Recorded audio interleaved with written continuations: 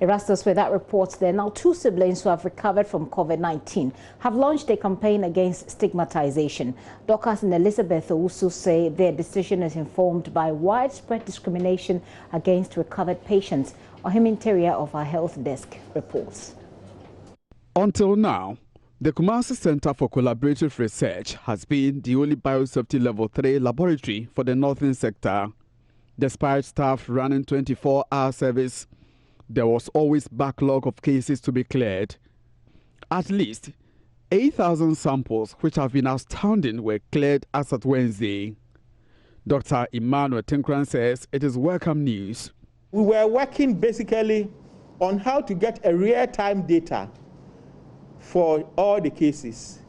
What we realized is that because of the challenges we had, the number of cases that were at the laboratories, we had a lot of backlog at the laboratories. And for that reason, we were not getting the real-time data. So now, with the support of the labs, we've been able to clear a lot of backlog. As at now, Kumasi Center for Collaborative Research have worked so hard, they've been able to clear the backlog. So from now, our hope is that we will get a real-time data. Because if we don't get a real-time data, then the case management becomes very difficult. In the sense that maybe when you take a sample today and you don't get the results as early as possible, that person may infect so many people by the time the result comes as positive. So now the focus is to get a real-time data or real-time information so as to know who to isolate and then who to discharge as far as you are a suspected case. So far, we've been able to work with the labs. It's our plan to decentralize the labs. So apart from Kumasi Center for Collaborative Research, we are also working with Ghana Health Service to set up at least 2 labs in addition to KCCR. One will be based in our public health reference lab in Kumasi South. And then we're also talking to Kofanochi to see whether we can use their lab. There are other facilities that is in Kumasi that we can put in shape. Example is the Hope Exchange Hospital. Despite the success-chalked, health authorities have another. Sincere apologies for that wrong insert there, but that's also an update on the situation, the COVID situation in the Ashanti region by health authorities. They will bring you that report by Ohim Interior in our later bulletins. But Programs Director of Anglo Gold Ashanti Malaria Control Limited, Agamal, Samuel Asiedu, has hinted of the setting up of test center for COVID-19 and other diseases in the region. He's noted that when the testing center is set up, it will reduce, among other things, the transportation challenges faced by frontline health workers in the region when they are sending samples of the test taken there. Rafiq Salam reports.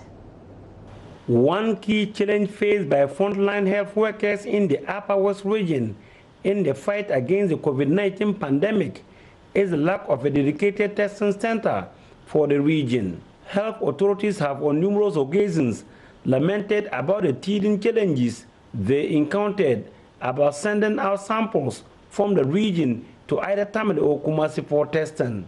However, all may be a thing of the past, as Anglo Gold Ashanti Malaria Control Program Limited, Agamal, is now in close contact with the Upper West Regional Health Directorate for a possible setting up of a testing center in the region. Program Director of Agamal, Samuel Asiedu, disclosed this when Agamal donated personal protective equipment to the Upper West Regional Health Directorate as part of the company's $300,000 support package to the region to help in the fight against the COVID-19 pandemic. And we would like to help facilitate the possibility of having a testing site in Upper West region, so that instead of picking samples and taking it to Tamale, we would then have our own site for testing. And this may go beyond COVID-19 as test system that can take care of testing TB and other infectious diseases, so that Upper West Regional Hospital should be able to have that capacity to test. And again, as part of the response to COVID-19, it's not just testing and providing isolation center, but education is very essential. We are going to embark on massive education, that the people in Upper West region will come to understand and appreciate what it takes to prevent. Throwing more light on the $300,000 support package to the region, Samuel Aswedi revealed that the package will see to the daily disinfection of 30 major health facilities in all 11 municipal and districts in the region. So as part of our program, every evening, we are going into the facilities to disinfect. This is not just a one-off program, but we are doing it based on science and based on data. So that will be done every evening. In addition to that, high-touched areas, including door handles and places that people sit, we are going to disinfect these places periodically, so that in case virus land at any of these places, with the kind of disinfectants that we are using, this virus will be killed and the people in Upper West will be protected from COVID-19. Acting Upper West Regional Director of Health Services, Dr. Damien Poyere, who received the items on behalf of the Directorate, thanked Agamal for the kind gesture, stating that the donation was timely, as it will go a long way to easing some challenges they are grappling with. Dr. Damien Poyere also gave an overview of the COVID-19 situation in the Upper West region. Region has now recorded 22 cases with no death. As at yesterday, 12 of these cases have fully recovered and reintegrated into their communities. We're expecting more results. Most of them on admission have had the first negative test, and we are waiting for the second negative test to determine whether they are cured or not. So going forward, I'm sure within the next 2 days, many more of these cases will fully recover and be integrated back into society. Reporting for J News, Rafik Salam.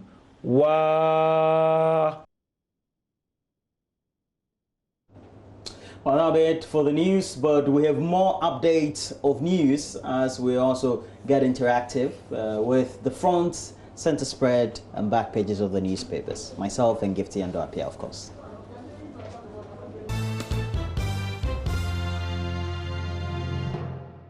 Obrafo, and I tell you that it really brings a lot of memories about how well he's done. And some of these latest songs also brings into sharp focus how he is just timely all the time. And Gifty, what a way. Good morning, Roland. I hope that you slept well. I did.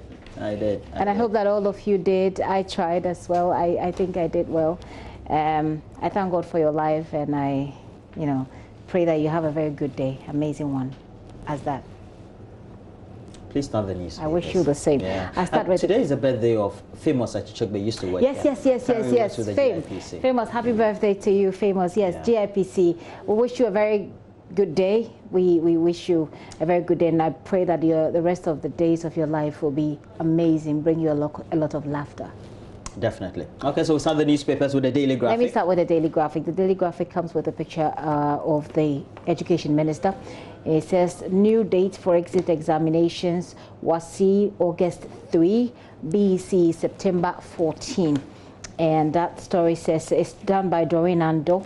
It says the senior high schools will reopen to final year students on June 22 for them to undergo 6 weeks of academic work up to July 31 this year. This is to enable them prepare to write their final examinations between August 3 and September 4 this year. That's according to the Minister of Education. You want to take that story and take a look at it in the newspaper. It's on page 3. And then it comes with also a picture of the pilot process that started yesterday. It says EC ends pilot voter registration today. And then you see that picture right there, people having their temperatures checked and all of that. COVID-19 update, cases 8,297 as of yesterday, recovered 2,986, 38 people now have died. And flogging father pleads guilty. That story that Erastus Asari Donko brought you is on page 13. Poultry farmers welcome ADB intervention, pages 16 and 17. And a quick look at the back page. Forestry Commission task force impounds illegal lumber. That story is from Bia Mukusa Ali in Sunyai. It says the Sunyai Area Timber Industry Development Division of the Forestry Commission has, in collaboration with the National Forestry Commission Task Force, impounded 43 trucks loaded with illegal lumber in the Hafo region. And we understand that this is a big problem in this area. This illegal business is a big problem there. Grab yourself a copy or download the app and get those stories. Mass production of sanitizing tunnels begins in Tema. Okay, Tema is seeing a lot of developments lately. Finally, let me take a quick look at the center spread. Transparency, accountability will win public trust. That story is attributed to Graphic Managing Director, and he's saying that to the Ghana Football Association. It comes with a lot of pictures of Keto Kreku, the president of the GFA, who has been meeting with Mr. Ato Afo, the managing director of the Graphic Communications Group Limited, with other officials of the GFA and the Graphic Communication Groups Communication Limited. And poultry farmers welcome ADB intervention, and Statistical Service begins survey on impact of COVID-19. That's a story I'm very interested in. What do they find? What will they find, and how will it help our fight going forward? And that's it for the Daily Graphic newspaper. Like I said, you can get yourself a copy. Take a look at what it says. I follow that with the Daily Statesman. The Daily Statesman says, it has a picture again of the Education Minister. It says the Education Ministry to employ over 27,000 pre-tertiary teachers and others. It's on page 2. And EC's pilot voters registration takes off smoothly. NPP primaries for June 20. And this is your election headquarters. You want to look forward to our coverage of that particular election and how everything goes, everything related to it goes. NEC meets today to affirm steering committee decision. And that story is on page 2 of the Daily Statesman. It comes with a picture of John Boyd, the NPP's general secretary. Back page of our newspaper, football. Jurgen Klopp, Liverpool manager, has missed football so much. Okay. We all have missed football. Yeah, indeed. Yeah, we all have missed football. Some of us can live without it, though. I know. It's a woman's thing. Yeah, well, whatever. Women don't like football. Oh, we do. We do. Okay. Especially when our partners want it. We do. I had to manage 1 million at the age of 23. Azuma Nelson is saying that. What really is a story? Grab yourself a copy of that newspaper, take a look at what it says. And the front, okay, I don't have anything to tell you on the center spread because it's full of adverts. Okay. Yeah, Roland? All right, I'll do 2 and then you do the rest. No problem. I have the Daily Guide, has on the front page, Mona versus police. NDC hijacks bloodshed case, has an inserted picture, an attached picture of NDC Member of Parliament for Ningo Pram Pram, Sam George. Bernard Mona is in there. I also see the chair of the NDC, and it's captioned NDC Gurus with Bernard Mona. Up there, we do have Pay and Take Your Property, the Chief Justice to Woyome. This picture is already attached. And government completes 236 senior high school projects. And all these were parts of the briefing of the National COVID team. We brought that to you live as well, right here on Joy News. EC conducts pilot registration exercise, and it's mixed reactions, and the number of concerns that have been raised, but also for and against that we're looking at as we sit with Dr. Emmanuel Akwete, who is Executive Director for the Institute for Democratic Governance, somebody who has monitored, also worked in our transparency and governance issues for a couple of decades right here in Ghana. Let's go to the back page. It's full of sports as always. ISA reality show picks 10. I have missed football. Again, that story being replicated on the back page of the Daily Guide. And Jurgen Klopp, the German former Dortmund coach, but now the Liverpool manager. And you do know, before the lockdown, before coronavirus became a thing for the world, his team had been leading by some 25 points, the English Premiership. And, well, a way for us to bring back football. We'll be staying glued to our televisions to be watching. Not Gifty and Apiado. She'll be watching some great live stream service of some church. That'll be great as well. Praying for Liverpool to win there. GFA chief Mark's birthday in style, we're told, presenting an item to a resident. So he was in his neighborhood presenting item. That was a good one. Humanitarian causes, something that we all do one time and time again. Let's look at the Custodian. The Custodian newspaper has on the front page, new voters register. Register or regret, Obiamwa cautions opponents. And he is a deputy minister for local government and rural development. He's an ardent watcher of this show. Good morning to you, Mr. Obiamwa, also member of parliament for Equipim South. Yeah, greetings to you, Mr. Obiamwa, from me too.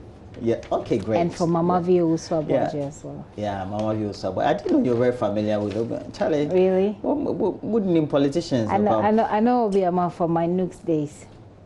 Fantastic. Mr. Obiamwa, we know you from the Nooks days.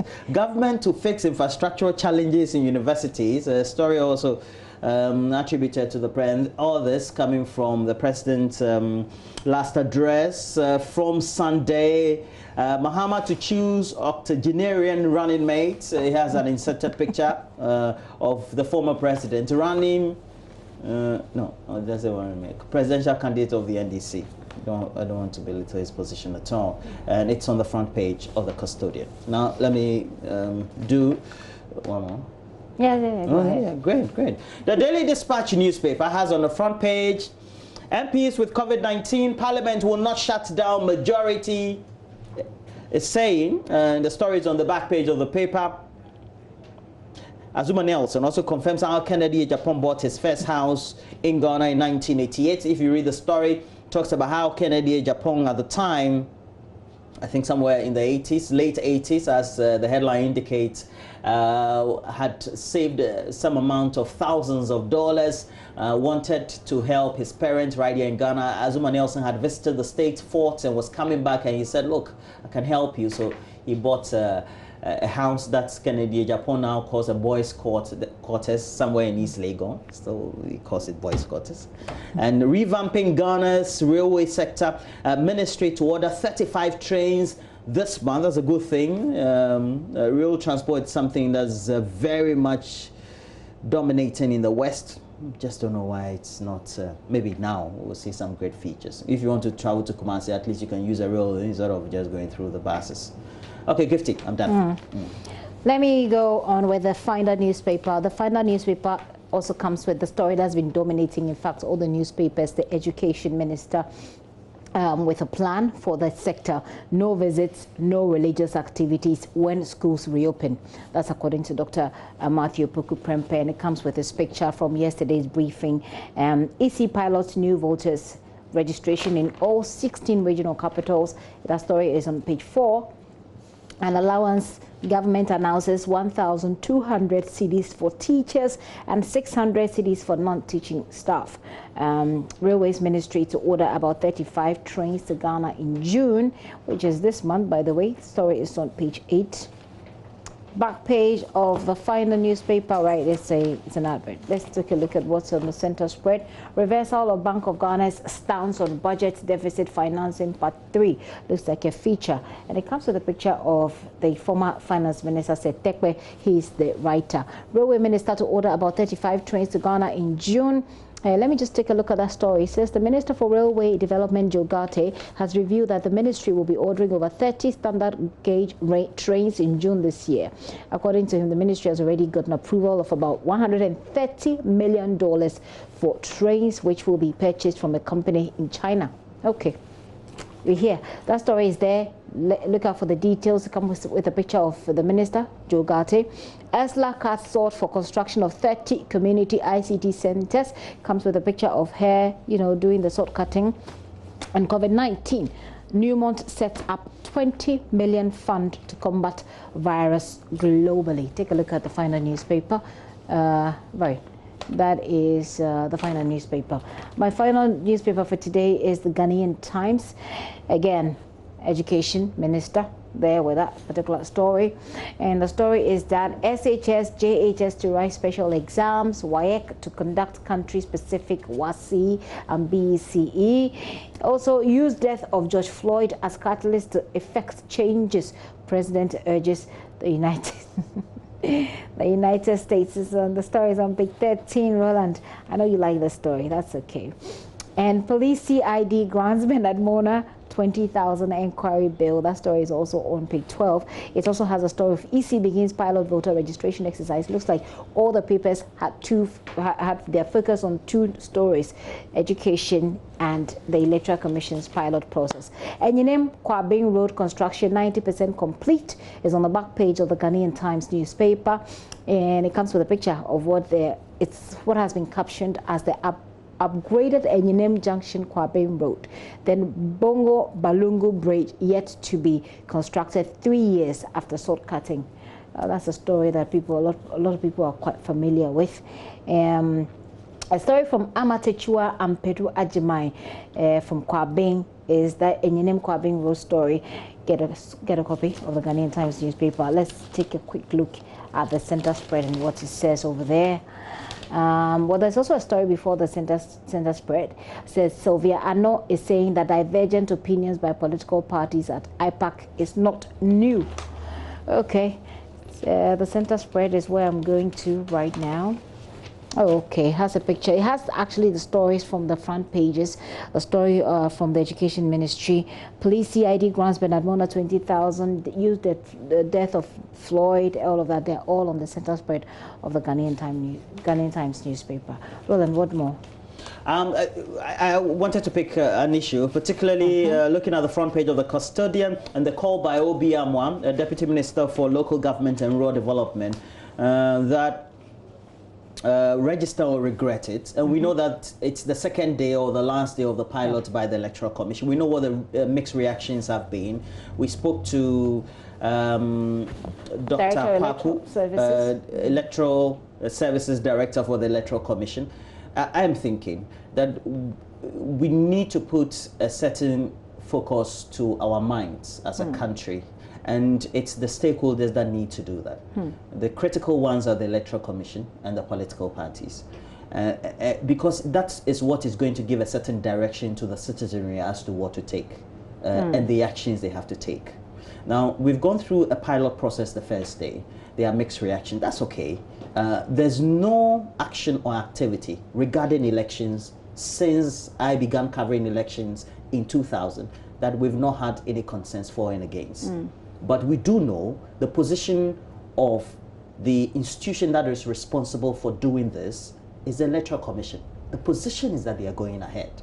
And I think that the political parties, particularly the NDC and the rest of the intergroups that are doing all this, need to position the mindset of the ordinary Ghanaian that it is important that you participate in this, because that gives you a certain choice to make in December as to who we have to choose to become president or not, or an MP, etc. So essentially, from what I get from what Roland is saying, right now, there is no choice. The choice is to register if you want to be a part of the process of choosing a president. Exactly. And that's, even though there are divergent views on all of these, it's really up to you. Do you want to decide to be a part of the process of choosing a president?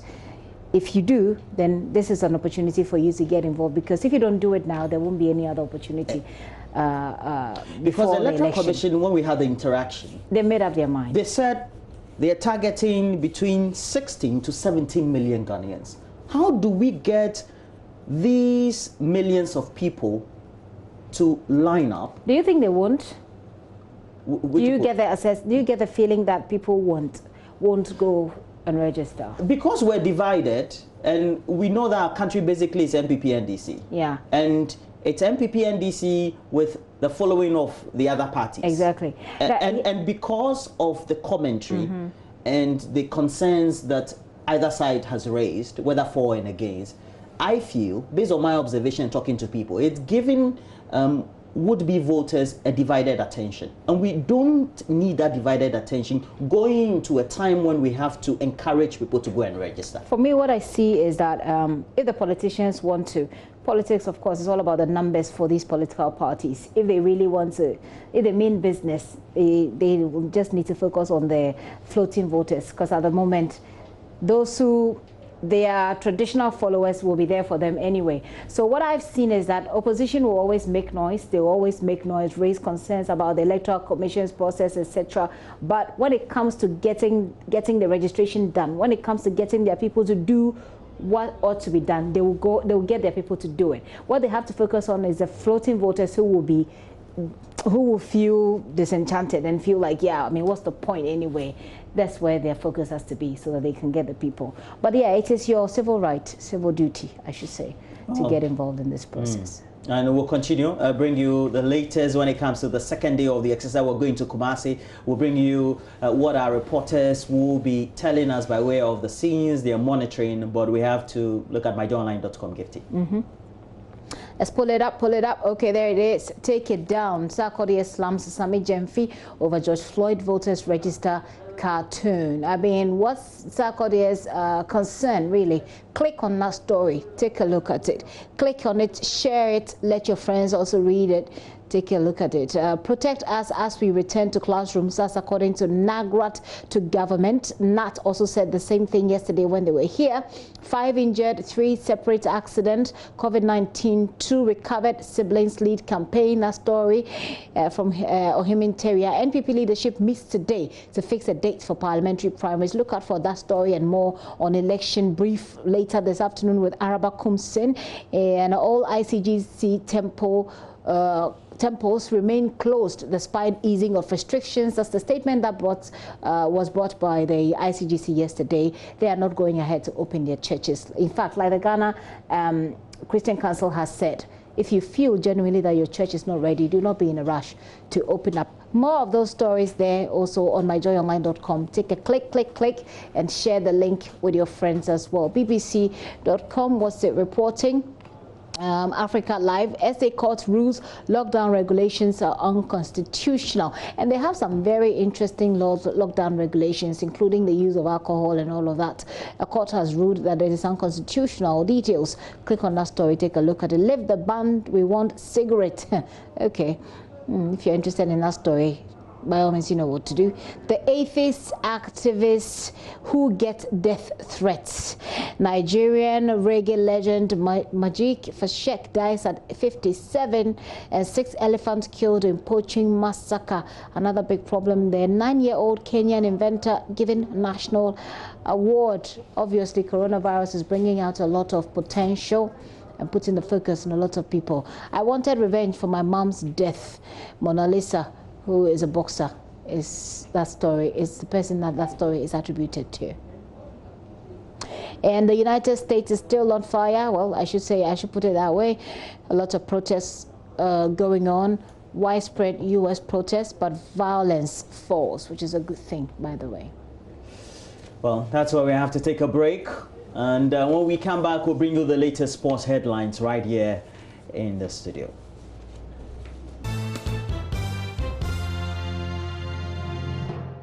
Well, time to talk sports here on the AM show. It's a Wednesday morning. I'm Benedict Owusu, and we go straight into our stories this morning. Now, legal practitioner Amanda Clinton, who contested for the Ghana FA presidency, says criticizing current FA president Keto Kruku is misplaced. Now, Kete has been in office for close to 7 months, and for Amanda, who was the only female during the race, tells Joyce Boss, it is too short a time for anybody to pass judgment on what Kete is doing. You don't give people 6 extra months to give a definite view. You don't give them a bit of leeway, a bit of rope, in order for them to either hang themselves or to prove what their style is. And within the GFA in particular, you know, it had become almost insipid to a certain extent, whereby, you know, people criticize Kurt a lot because he brought a lot of his own people in. And then from another standpoint, looking at it, you're like, well, if he felt as if everything he does is going to be leaked and criticized and he's not in control, he had to take control to a certain extent. Bring in people he trusts. Yes, bring in people he trusts. So the delegates are very quick to sort of criticize and be incredibly negative. I mean, I've never had any delegate say anything positive about anybody in Ghana football, ever. I mean, hardly, like of late.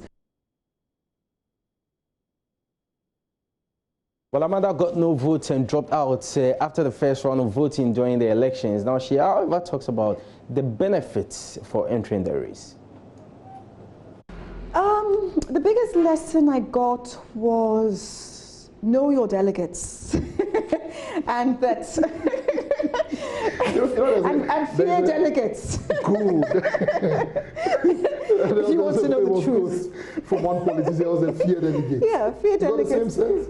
Yeah, I mean fear delegates, but also, you know, like I think the mindset of delegates would also have to change. And I will say this very boldly, and I would say this to your face if I met any of you guys. The mindset of delegates would have to change, because it's almost as if you could never please them. The most you do for them, like this COVID fund, even if you gave them $500,000, I'm sure they would say, I'm sure it wasn't distributed. Do you see what I mean? Even if you published it. So I think with Ghana Football, they're very keen to represent the body of football and to air their grievances, but they also have a very negative mindset.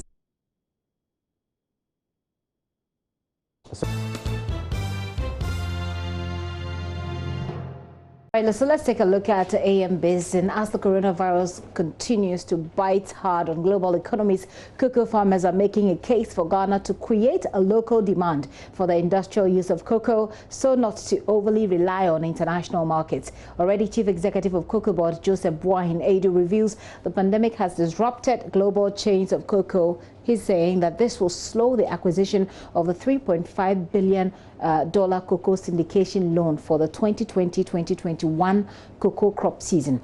In this edition of AM Business, my colleague Charles Aite visited one of Ghana's largest cocoa farms, Cowboy Farms, to hear from the cocoa farmers there. This is Kobo Farms, a 45-hectare cocoa farm at Achimtafo in the eastern region. This farm will be harvesting 160 cartons of cocoa beans this crop season. But there is a problem. The novel coronavirus has left farmers here worried about the inability of their external buyers to engage in business. Samuel Tete Kobo owns this cocoa farm. He won the 2019 International Cocoa Awards. He took me on a tour through his cocoa farm. For him, the novel coronavirus calls for an urgent relook into the creation of local markets for cocoa farmers. This challenge is worldwide. And for me, that's why I feel hurt when I come to realize that Ghana doesn't have a proper warehouse for storage of these things. Because this could be the time where we could properly store a lot of these beans and again begin our own local processing. If we are not even going to sell the beans, let's break them down into a second grade, seed that is broken down into a second grade quality, okay? So that instead of exporting the seed that nobody is ready to buy now, we crack the seeds. We try to, roast them and make them something that can last. Nobody knows how coronavirus is going to last anyway. But if we can break them down and get them in a semi-processed form, and then we can store them, this will become so marketable going forward. So you walk into the shop. Okay. You talk to the consumer. It is the season of, they call it a pruning season. You can see the leaves around. These are leaves that have been pruned to aid in air circulation across the cocoa farm. We get to interact more with the farmers. As you could see, they're also checking most of the things around and checking most of the leaves. We get to interact with them, especially when it is a very crucial season for them in terms of pruning and the cultivation of seeds. Busily trimming the branches of his cocoa trees, Amos, another cocoa farmer, explains the extent to which COVID-19 has disrupted his income.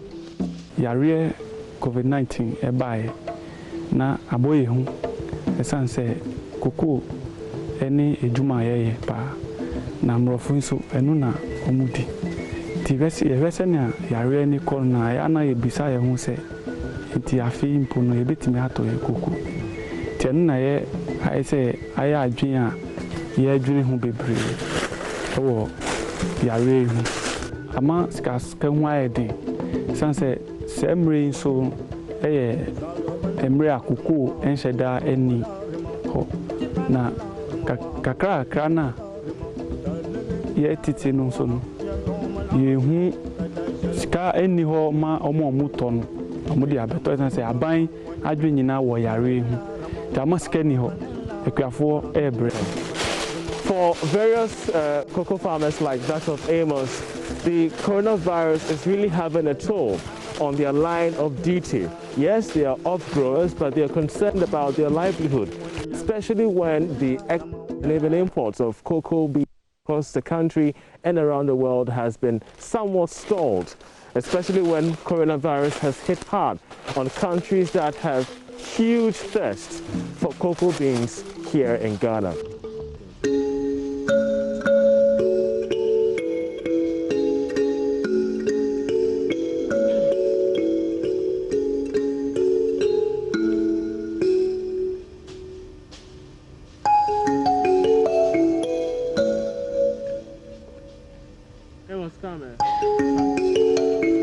After the plucking of cocoa pods, the beans are extracted and placed through a fermentation process. What you see here is our drying place. This is where we normally dry the cocoa beans after we've gone through the fermentation process. And we'll briefly take you through the fermentation process. But what you see here are the drying mats, which have all been covered because there is no cocoa on them now. But anytime we finish with the fermentation process, which we are going to go through now, you come to realize that the fermentation process itself is a very technical thing that if you don't follow, you mix the good flavor of the cocoa beans. Now from there, you have the fermentation box in this way. This is our own fermentation box we've designed, but we copied this technique from the cocoa research. So when they do it, it goes through a three-phase process. The first one you see here is where you put the fresh cocoa pods that have been broken into. 2 days after that, we bring all of them into the second box. We do this so that we would be able to get an even fermentation. Because if they are all grouped at one place, the top gets more, the under gets more fermented, but the top doesn't get anything better. So once you do it and you turn it after 2 days, then the top gets to the bottom and the bottom gets to the top. So once you do that, after another 2 days, which is the fourth day, you move it from this second box and turn it back into the third box. So what you are seeing here is gone through the second box, and then we are ready to take it into the third box today, this morning. This is what we'll be doing this morning. Once we finish with this, it's going to spend another 2 days in the third box, which will give us a total of 6 days. Within these 6 days, we are very sure that our fermentation is complete. So once that fermentation is complete, then we will move to the mat, the drying mats. And these are the drying mats that you see here. What you see here is the plantain leaves that they use to cover the beans so that it will give it a complete, closed environment for proper fermentation. Now, this is the mat. This is the mat. So once fermentation is complete, we've spread the mat. We spread the mat.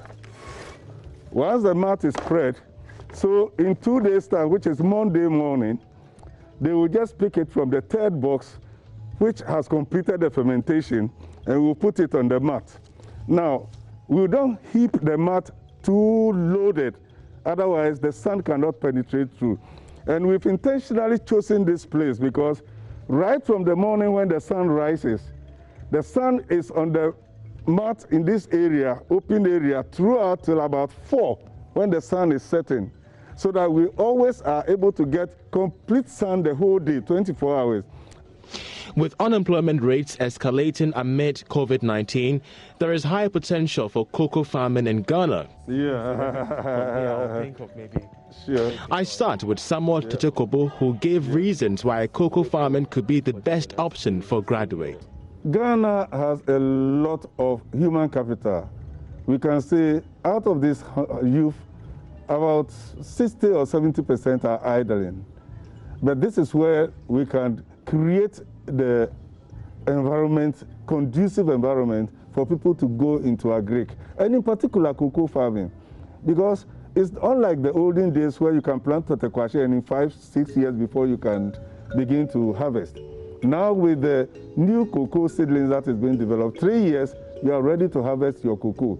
But before these 3 years, you see that the plantain that you planted, you will be feeding on it and you will be getting a lot out of it. So the dear message to the youth is that venture into cocoa farming, and especially my cry to the government and cocoa board is that let's get land, let's get land banks so that we can provide the initial capital. Plunging cocoa beans prices are not only threatening revenues, of which Ghana has already lost $1 billion in the past month and a half, but also stalling the government's current syndication process for loan facilities for the 2020 and 2021 crop season. This strains Ghana's renewed commitment to improve refinement processes and guarantee that over 50% of domestically produced cocoa beans will be processed. While difficult to estimate future import and export sales, the pandemic more broadly is continuing to disrupt global supply chains and affecting manufacturing operations around the world, a sector that contributes up to 10% of Ghana's GDP in 2018. For Joy Business, Charles Aite reporting.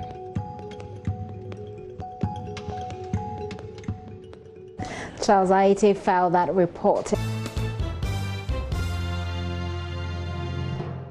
And Roland, this COVID-19 has affected all aspects of our life, and for me, I shudder to think about the effect it will have on cocoa farmers especially.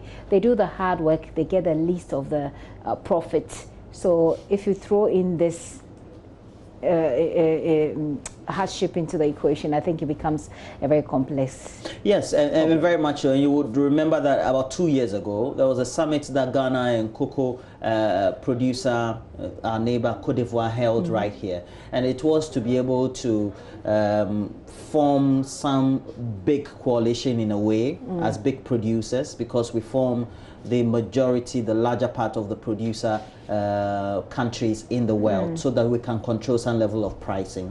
And it was about $400 per metric ton. And I remember a lot of people were excited about exactly, that because if you look at the capitalization of the whole industry across the world, it's about 100 billion. Okay.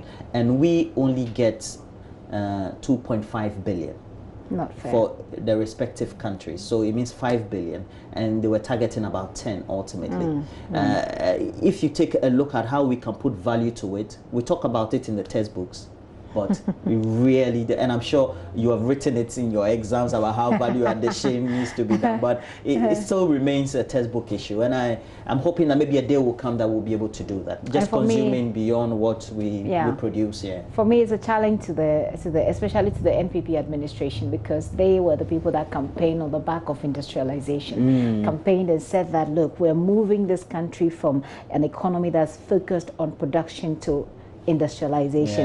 Now the time, the phrase that Gejisbegian, you remember that one? It was very hard to pronounce all the time. Gejisbeg. Right. So I think that the onus lies on people like that to prove that we can actually do what we say.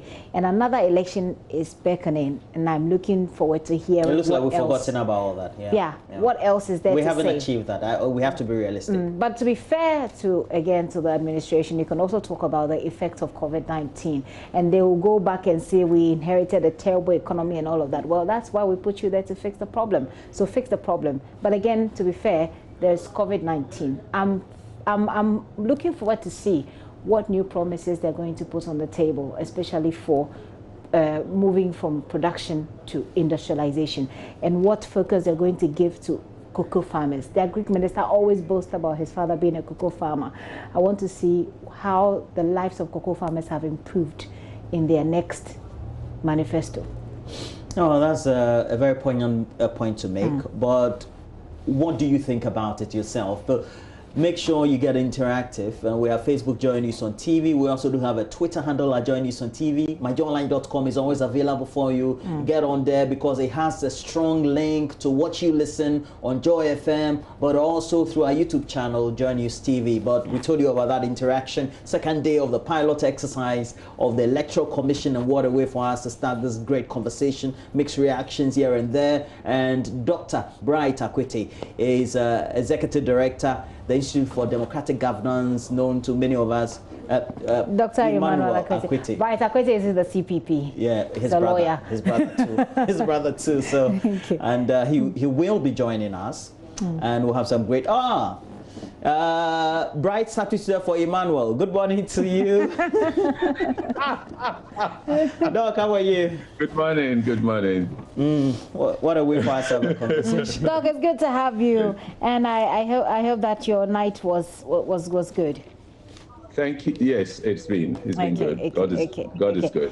I just have a few messages. Maybe I can go through some of my messages before we get on with the conversation. Please do, Gifty. So this message says, good morning, sir. I want to react to the issue of people coming to register at EC centers and vote. She says most of the nose masks are made from our local textile clothes, so textile is okay. People can use their head scarves and similar clothing materials to cover their noses and mouths.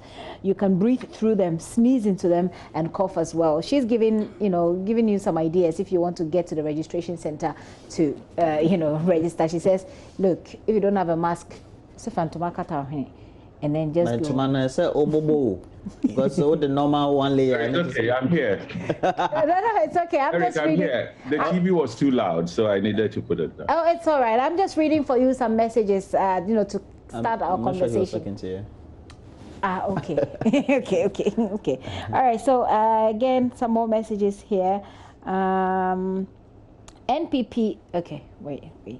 NPP primaries will confirm. Okay, this one is talking about the NPP primaries. NPP primaries will confirm Akufo-Addo as flag bearer, and EC pilot registration are not coincidental to the lifting of the coronavirus restrictions by Akufo-Addo.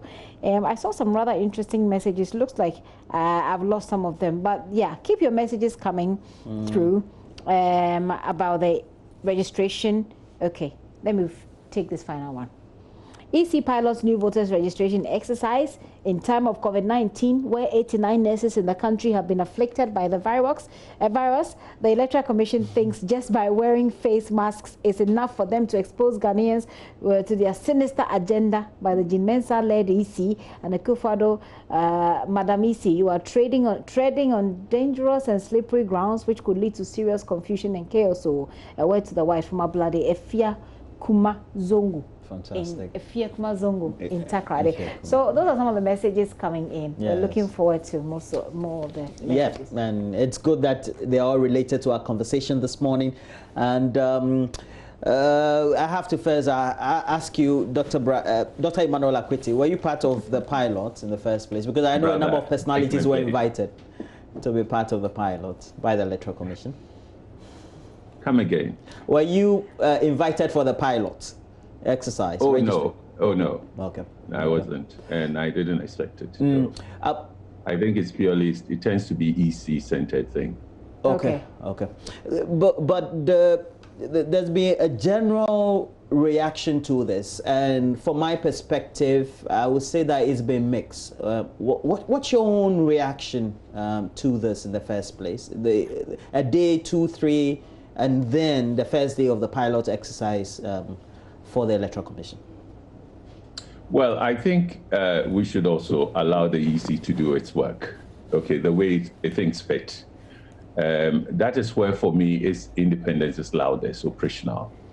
It has equipment it wants to test, whether they are old or new.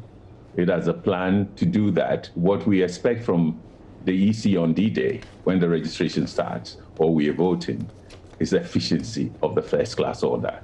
If that is not happening, they will be taken on. So it's a good thing they've started, because we have barely 6 months to elections, okay? And that means that we are running behind time. At this time in 2016, a whole lot has been done. Now here we are struggling. Registration hasn't started. There is conflict over what register to use. We haven't resolved. There is patent frustration and disillusionment towards the system in the general public. And we also have violence threatening, not only because of the conflict over the register, but also because vigilante violence is a reality confronting us now. Now, for a EC that must see to creating all the conditions that would enable citizens, the electorate, the EC is there principally to serve the electorate, that the conditions under which they would go and cast their votes would be one of the best. They are safe, it's peaceful, they don't feel intimidated, they are well informed, and they are secured enough to make independent decisions when the day comes.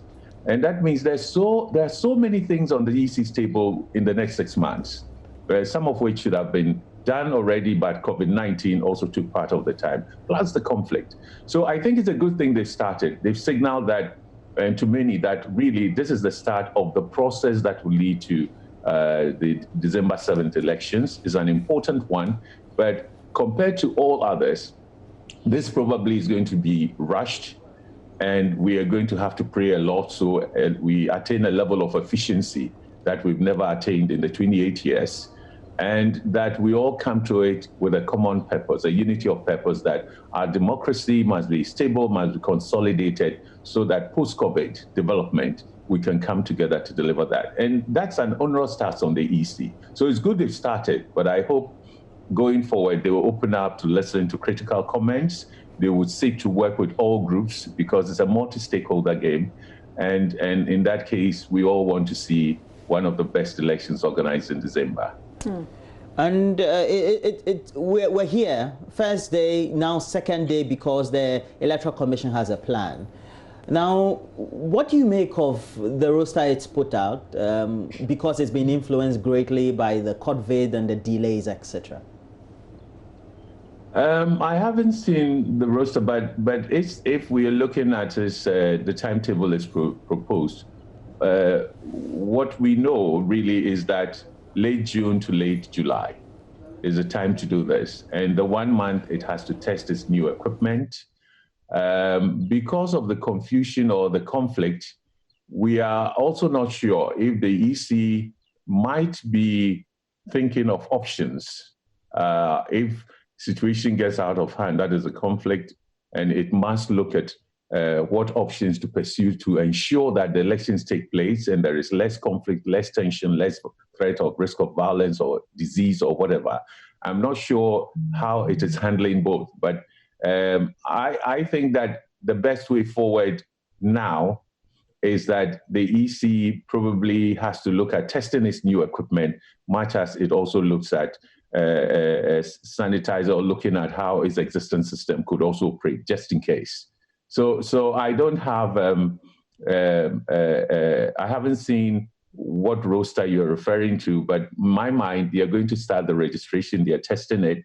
The registration for me, I think the newly eligibles and those old eligibles who didn't register, when I've asked the question, the projection is around 1.5 million.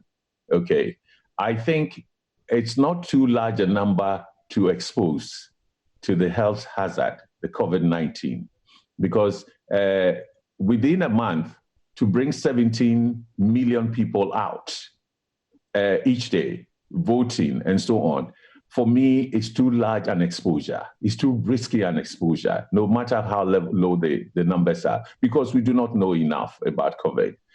Top scientists and top labs are still working on them, and they are all saying huge public gatherings, consistent presence in the public space ought to be discouraged as much as possible. And I think that for me, that is where my worry is, that the EC focus on compiling on general registration, not limited.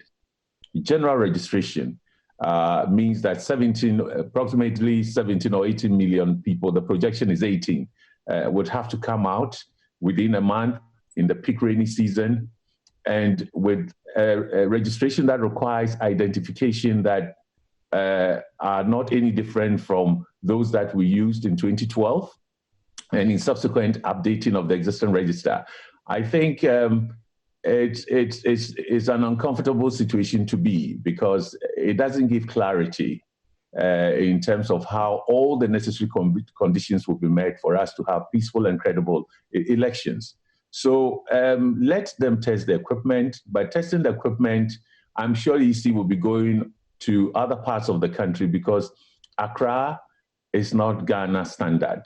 You know, everywhere you go, it's like Accra. No, even within Accra, you will find other parts of the country underdeveloped, with infrastructural constraints, with different cultures, with different understanding of the processes and so on. So it's going to be a tough task for it. I wish it had more time, but when you don't have more time, you seek to build bridges and compromises so that you can get greater cooperation. And that's the challenge it's facing, not just the machine and register and let's test, but the environment, the enabling environment that will enable it to deliver and achieve its goal. It's important. I think we need to support the EC, but it also has to, the EC must listen to good advice and act in a way that makes it serve the people of Ghana to the best of its ability. Doc, you raised very pertinent issues about timing, efficiency, about the ability of the EC to listen to the people. I just want to find out regarding efficiency. The pilot took about 2 days. For you, is that enough for an election in December? Well, I think it wouldn't be the only pilot, okay, because you're talking about 17 million people. Sometimes machines are funny, and EC has the experience of sometimes they've tested their machines on a large scale, but come election day, other things happen. Machines are machines, you know, even human beings. We can't always predict what would happen. So I anticipate there would be testing the machines in different contexts. You know, if you take, for instance, Airport Residential or cantonments or Roman Ridge, you know, or Airport Hills and so on, these are places where you're going to see that all things constant, things are going to work perfectly, well informed, organized, and so on and so forth. Go to Nima, go to Medina, go to Kaswa, and the dynamics are already changing. How people understand it, how confident they are that just staying in the queue, it would also be their turn. We have a tendency of wanting to fight for everything. We are orderly in terms of queuing. That I would tell you, we excel and we are highly commended for it. But in terms of patience, waiting to be served, and just respecting the next person in front or behind you, we don't see. So the queues move, and the body contact, you see, the body-to-body contact and the gathering, physical gathering, it can be crowded just instantly, and it takes the police and everybody and so on. So it is not just a testing of equipment. Probably it would also have to be a testing of the COVID-19, you know, restrictive or restrictions, and how they would work well, and so on. So there are many pilots going to come on, not just a testing of the machine. They are returning officers in certain more densely populated areas. How would it go? Areas with a history.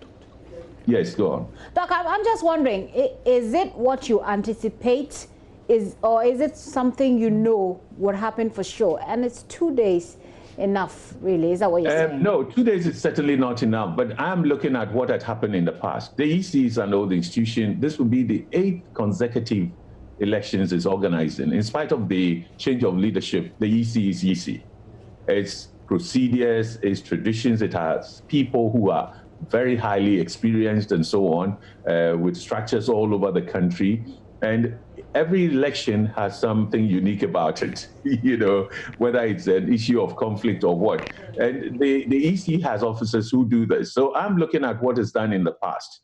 In the current context, I think in the past, the EC had more time than now, which is not entirely its fault. COVID is COVID.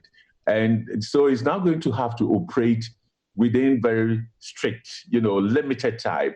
And that calls for greater cooperation. Otherwise, these processes will be delayed. So you're talking about 2 days. I do not think 2 days pilot test in Accra is enough. You have to go to the other regions. Maybe the newly created regions are maybe sparsely, populated. They are new and people are still moving or whatever. So you may not have to deal with huge crowds. Okay, the 6 put together is just some small percentage of the people that need to be registered. This is general registration. So for me, you cannot say 2 days pilot test makes you ready to register 17 million or 17 to 18 million people as projected. You cannot. Piloting has to occur in different environments. So it's both an advice to ECs, both based on the knowledge we've had in the past, and until the EC gives us the details of what the pilot is. You see, in the past, it communicates. It will tell you what it is going to do and the cooperation it needs, the education it needs, and so on and so forth. So I cannot know much more than what I've seen, but my mind tells me that 2 days pilot and new equipment, even new cars, when they are manufactured, the engine goes through a whole lot of tests before they are certified. And when you receive it through, it would go round and round and see. Sometimes some will work perfectly, other times there are glitches. So more pilot testing, and that's why it has 1 month. I think it has given itself about a month or a couple of weeks before late June, and we're in the first week of June. So I expect more pilots and adjustments. We'll try and get some more clarity from the Electoral Commission, but I just wanted to chip this in that yesterday there was a process, part of the piloting was done also in the Volta region because we covered it, also in the northern region because we covered it. I don't know about the other region, I'm not quite sure. So it wasn't just an Accra-centered process. So I just wanted to chip that in to help with the analysis. Thank you. Yeah, I wouldn't. Yeah, but you. So what's the feedback from that? Okay, so I have to say that we spoke to Dr. Srebo Kwaku, who said the piloting is for 2 days, yesterday, Tuesday, and Wednesday. And that's the piloting they are doing to simulate how would-be voters would be registered when the process starts. So that's the communication. And are you saying that they are not then communicating enough and 2 days is not enough? Well, it depends on their findings. That's why I said we should also give them the space. They make a determination of, they know the equipment they have the data, they know the behavior of people who go to the registration centers. So there are a number of things. It would have been good for them first, I wish they were on this program, to explain in detail what this testing is about and what is meant to achieve and what would it inform. Because whether it's enough and 2 days enough, that one I cannot, we depend on what they have said. And that's why the EC must publish fully its schedules, its plans to execute things. For example, we only know that late June, late July, there will be registration. When is the MOPNA? When would be the validation? What form would the validation take? When do they finalize the register? And going forward, what happens? We do not know now, but its calendar it published initially has been disrupted by COVID. So I believe they are coming to come out new, but the communication is so vital. So we know what it is doing, and we can assess, we can critique, we can advise. So I think you need to bring the EC on board. Regarding to give us the details. Okay. You raise another issue with efficiency. And I just want to get your thoughts on the relationship between the timing issues you have raised, the efficiency issues it breeds, and what it has to do with acceptability of the electoral results. What do you see?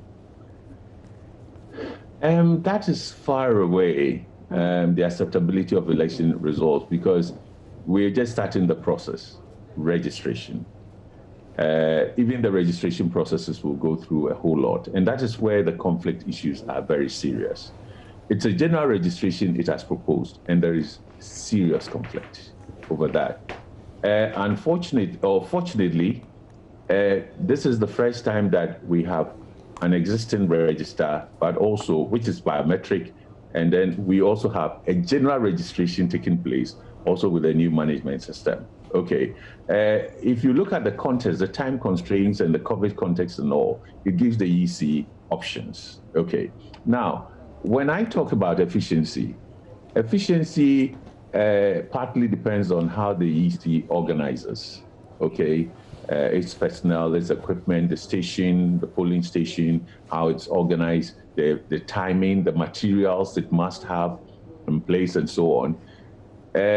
In the past, EC has tried very hard to make sure that distribution of materials, sometimes they run late, sometimes they delay. They do the best they can, but they operate within a general infrastructure, which is not efficient. Our infrastructure in this country doesn't give the level of efficiency you require, especially when things have to be moved and where things have to be stored, and so on and so forth. So it is not a person thing, but it is the general infrastructure within which it operates. And then it also has to do with our understanding of the processes and what the EC is seeking to do.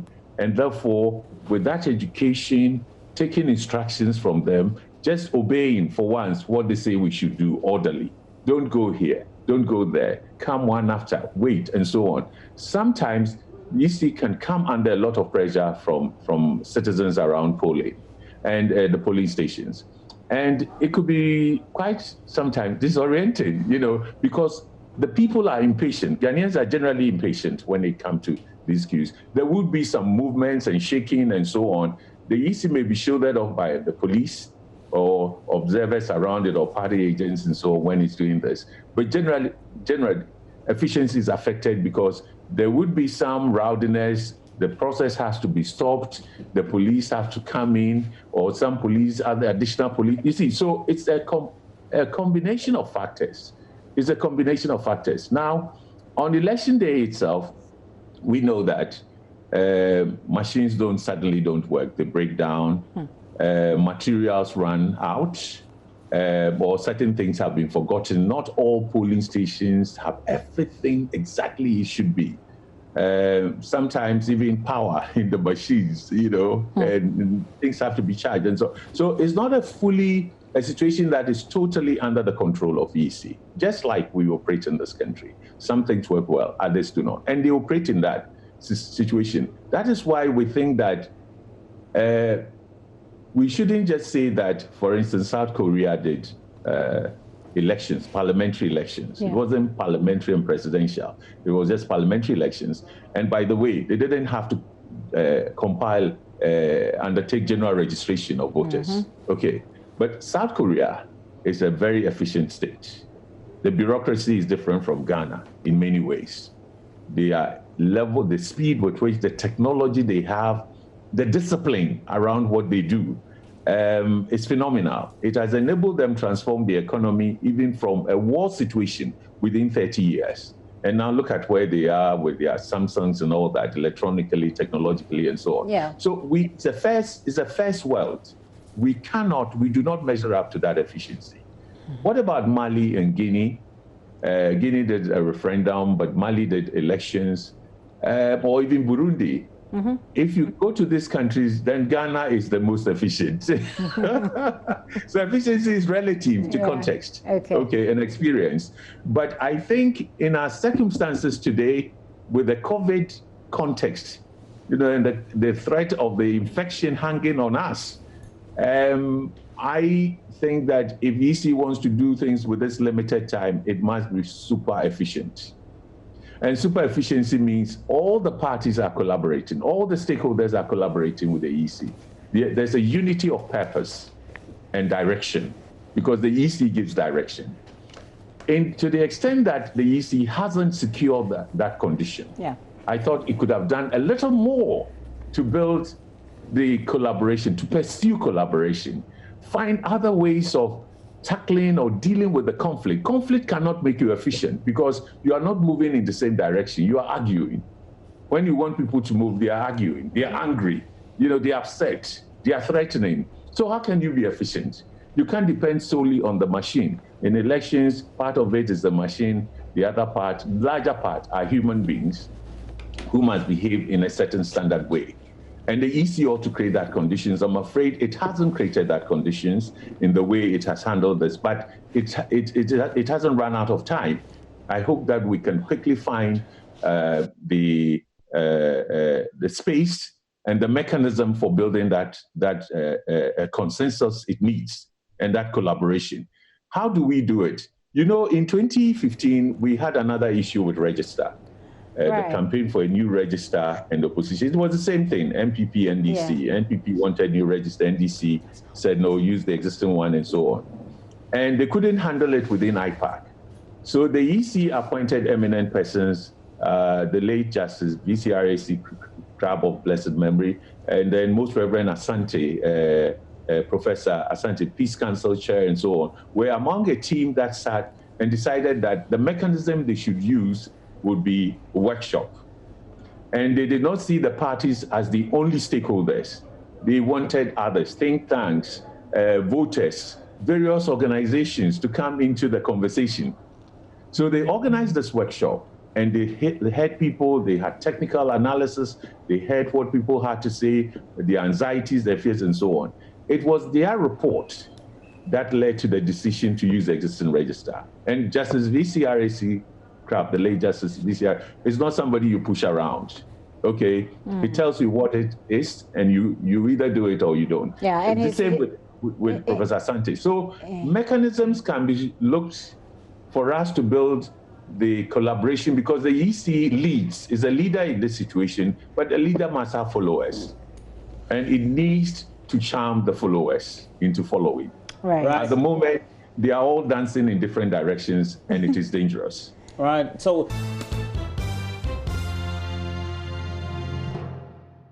just give us 5 minutes. We have to get an update from the Ashanti regional capital of Kumasi, and it's where we are bringing to you live pictures courtesy Prince Appear on the ground, day 2 of the pilot exercise of the Electoral Commission. Prince, what do you have already? What are you observing, Prince?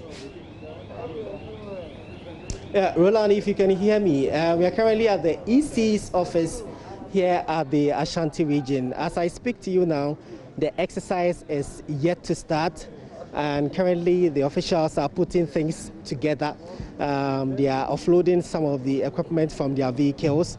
Others have already started putting the devices together to get it started. I should say that this place is pretty much an enclosed area. So even before you enter, you would have to go through this side where there are a number of hand washing machines. So you have to go through that side, wash your hands and sanitize if it's possible before you come to this side on my right hand and get seated. You must observe the required spacing protocol, and that is what is happening there. Then after, when the process starts properly, you get there with your passport and national ID and get registered. But now the process is yet to start. We are told it will start at 8 a.m. So let's speak to some of the people who have been here for quite a number of minutes now and understand their motivation of coming here. Thank you very much for joining us on Joy News. Yes, sir. Yeah. So your name, sir? Very Reverend J.B. Dankwa is my name. I'm a Methodist minister. All right. So what is your motivation? Why are you here this morning? Oh, the voters registration, I know, is a national exercise, and it's a very good one. So I have decided to take part so I can educate my church members on the actual registration, which will take part in maybe is it the end of June? When is it going to take place? The actual. Very soon. Okay, so I want to take part in the pilot one, so I can educate my church members. Yeah. What are your expectations this morning? You've been here quite a number of hours now. Oh, there is a calm life. Everything is calm and the weather is good. The people are seated, waiting for their turn. At least 8 o'clock they will take their turns. So it's a good place, quiet. All right, so he's a Reverend Minister, and he believes that this is a very important exercise for him. After going through the process, that would help him educate his people when they go to church or through whichever means possible to understand the electoral process and why the need for them to go out there and register. I should say that the process is still ongoing. The preparations for the start of this morning's exercise is still ongoing. The officials still putting things together, and very soon when it starts, we'll definitely update our listeners there.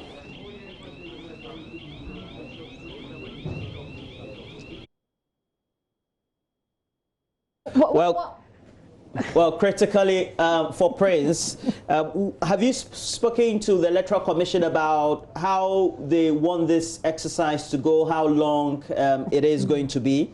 Just shortly before we return to our main conversation with Dr. Emmanuel Akwete.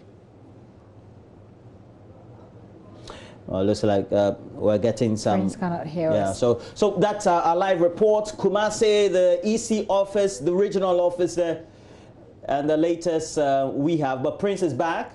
Again, understand the average number of people that they will be able to accommodate when the process proper starts. Well, thank you very much for this update.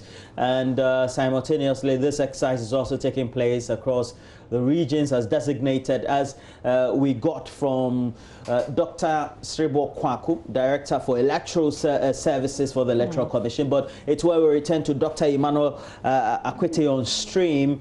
Now, if we all do agree that the EC should have gotten the stakeholder consultation, the efficiency of the mechanism right, would you say that then the Electoral Commission up to now has not been communicating enough, even though it's been talking? Oh yes, communication challenges it has. It has. If you compare what is happening now to 2016 to 2012, I think a lot more communication is required. Also, anytime EC communicates, it educates. Okay, it explains what it's going to do, where it will get to, and what kind of support it needs from people, the assurances it gives, and so on. So that communication is important. Secondly, you would find out that communication is not only left to communication officer. Okay, usually the EC chair plays a very important role, Afarijan.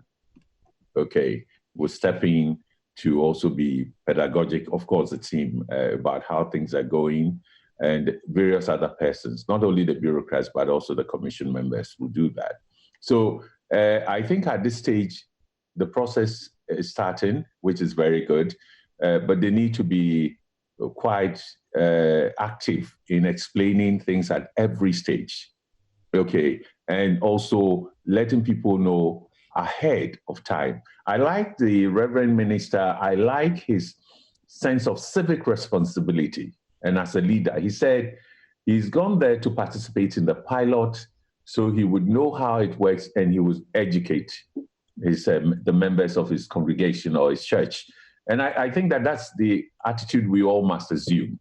Those of us who have the privilege or the opportunity to go through the pilot, we should do it with a sense of civic responsibility, that we would ask all the questions. What doesn't work, let them know. What works well, say it so they can do more of those. But we also have to educate others. And when it comes to that, the parties are organized. You see, organization determines everything.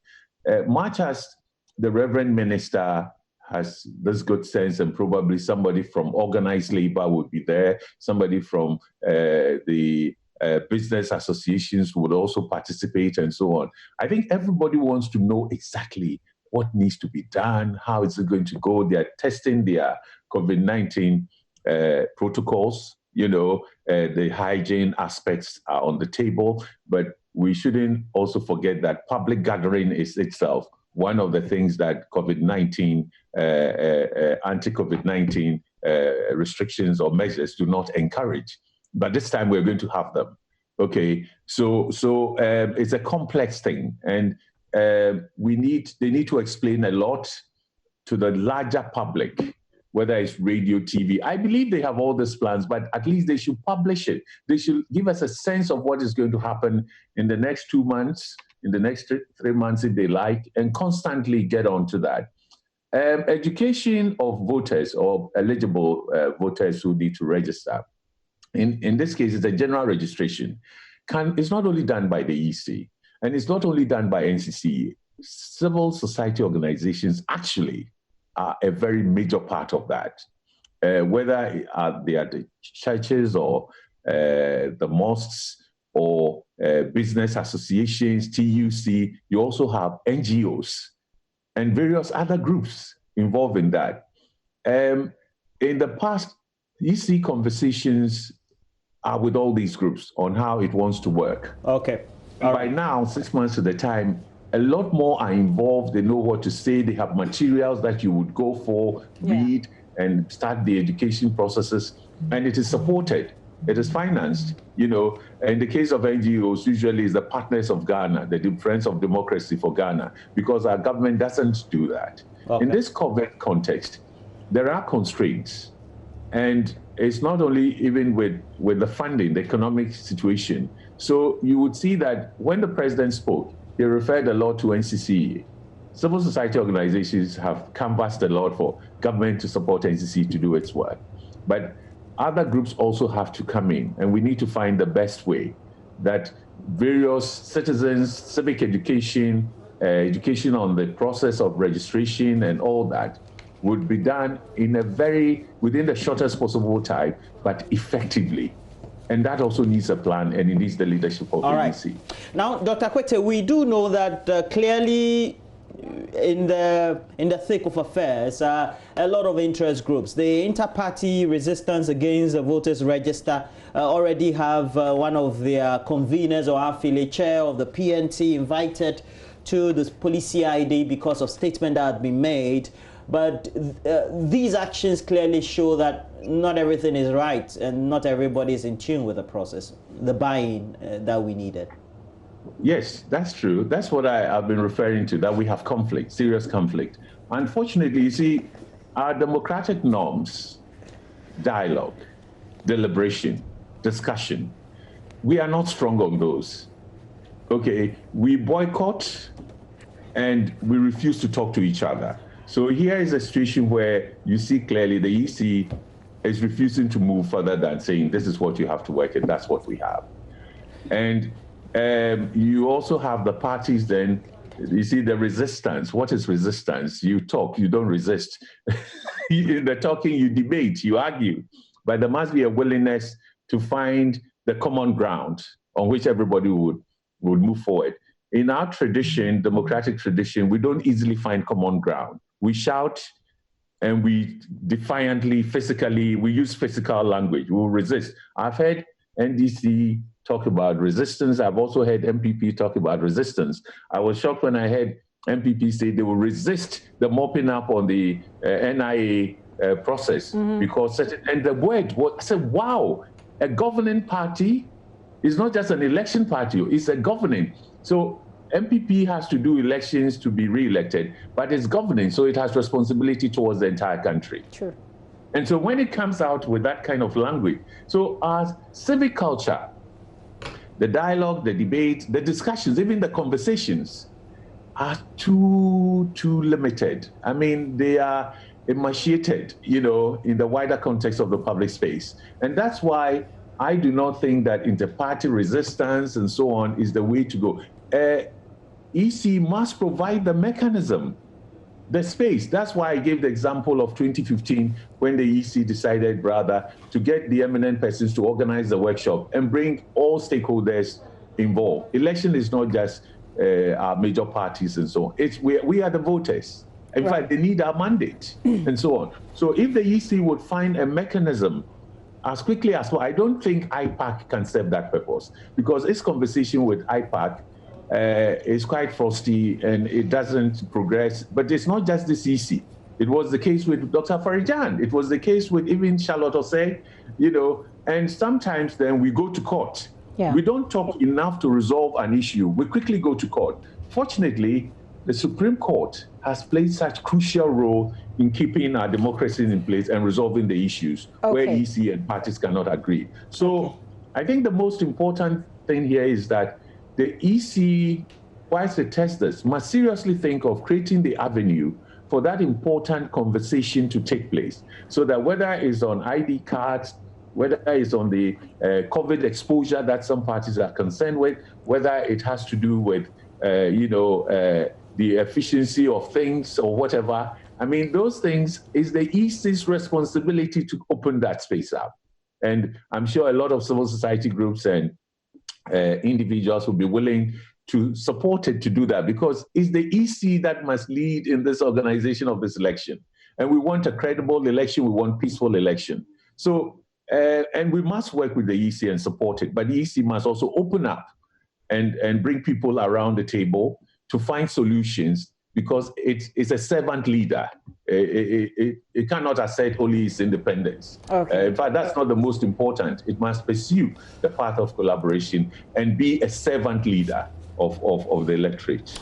Well, thank you very much. It's been a great 45 minutes of great interaction with you, somebody who has observed our governance structure, the electoral process over the last decades that we have. Thank you, Dr. Emmanuel Akwete, Executive Director for the Institute for the Democratic Governance. You can also call me Bright. Yeah, Bright. Doc, have a great day. Have a great day. Thank you, as always. I have some quick messages here. This one says, which place is more secure, the church or the EC registration ground? 27 rules for the church and mosques, and only simple rules of mask wearing and social distance. Ghana today is the message is coming from Meshach. Opike from Goso says Ghanaians have now seen the NDC lies, propaganda, hypocrisy, double standards, and above all confusion in NDC against the EC by allowing their members to participate in the new register pilot exercise for their cars. So NDC don't have any good thing to offer us, and 4 more years for Nana. Opike sent that message from Goso. Thank you for sending that message. This one says, we can't breathe when so much money is going to be wasted on voter registration. How can we breathe when we depend religiously on natural resources for our survival, when prices are being determined by someone else in the ivory towers thousands of miles away? It's a much longer message, but I can't read all of that at the moment.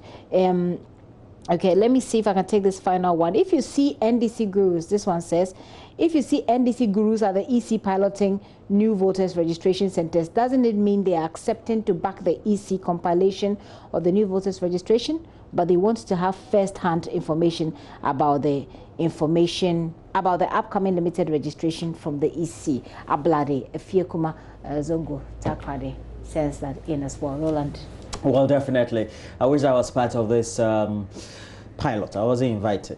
It's by invitation, though. So even the NDC gurus, etc., that the messages refer to were invited formally by the Electoral Commission to participate, because they wrote to the parties. All right. But in the meantime, that'll be it for now. We'll bring you regular updates about the pilot exercise by the Electoral Commission on regular programming. And make sure you stick and stay, because we do have a lot more. We're talking about joint use investigations currently that have uncovered breast cancer patients at the radiotherapy units of Ghana's 2 main referral hospitals. We're talking about the Komfo-Anokye Teaching Hospital and the Kolebu Teaching Hospital, even though these drugs and some of these fees had been covered or are covered under the National Health Insurance Scheme.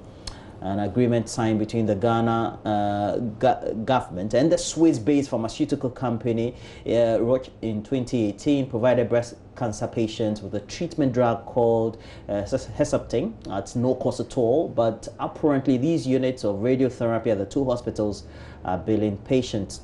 And Joint News investigative journalist Kwete Nate report the hospitals are making up to some 300 Ghana cedis per vial of Herceptin administered to these patients.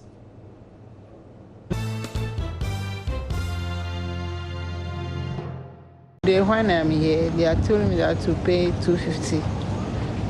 That time I'm surprised. Vida, not her real name, is a middle-aged woman battling breast cancer. Her biggest worry now is she spent all her savings battling the disease. Now, her business is on the verge of collapse. All my money is finished. So yesterday when I came, they told me that the money is covered for insurance. So I'm glad that my money is okay for me. Today, they told me that to pay the 250. It's Vida's 5th time at the radiotherapy unit of the Kolebu Teaching Hospital.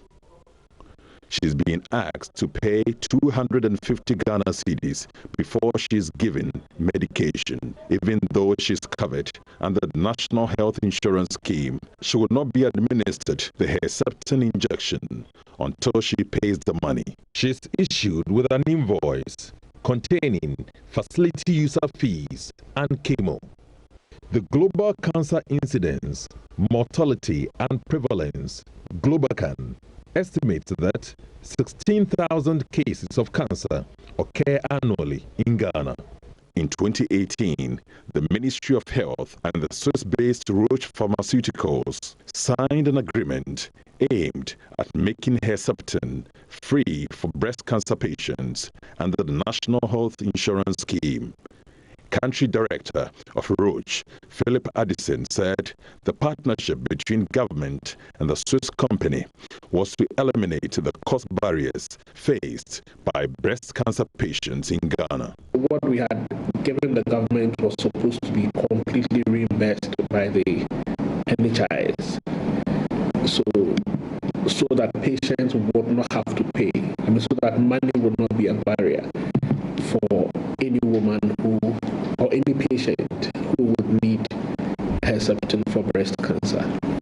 But Joy News checks reveal since November last year, health officials at the radiotherapy unit of the Kolebu Teaching Hospital have charged patients 3 different unapproved fees before administering the Herceptin injection. In one encounter, 2 patients were charged separate amounts, 250 Ghana cedis and 200 Ghana cedis. On the 14th of November last year, before assessing breast cancer medication, these monies were meant for facility user fees and chemotherapy, though none of the patients was offered chemotherapy. One of the patients we have decided to call Veronica said she sought explanation from the authorities at the radiotherapy unit of Kolebu on why she was charged for a treatment which was meant to be free. She was told the money was meant for consultation. She says, there is another one looking at your condition. There is an injection they give you, and for that one, NHIS covers it, but they still let you pay some amount to cover part. If NHIS covers it, then it suggests that you don't have to pay anything. Have you asked them why they are making you pay when it's supposed to be free?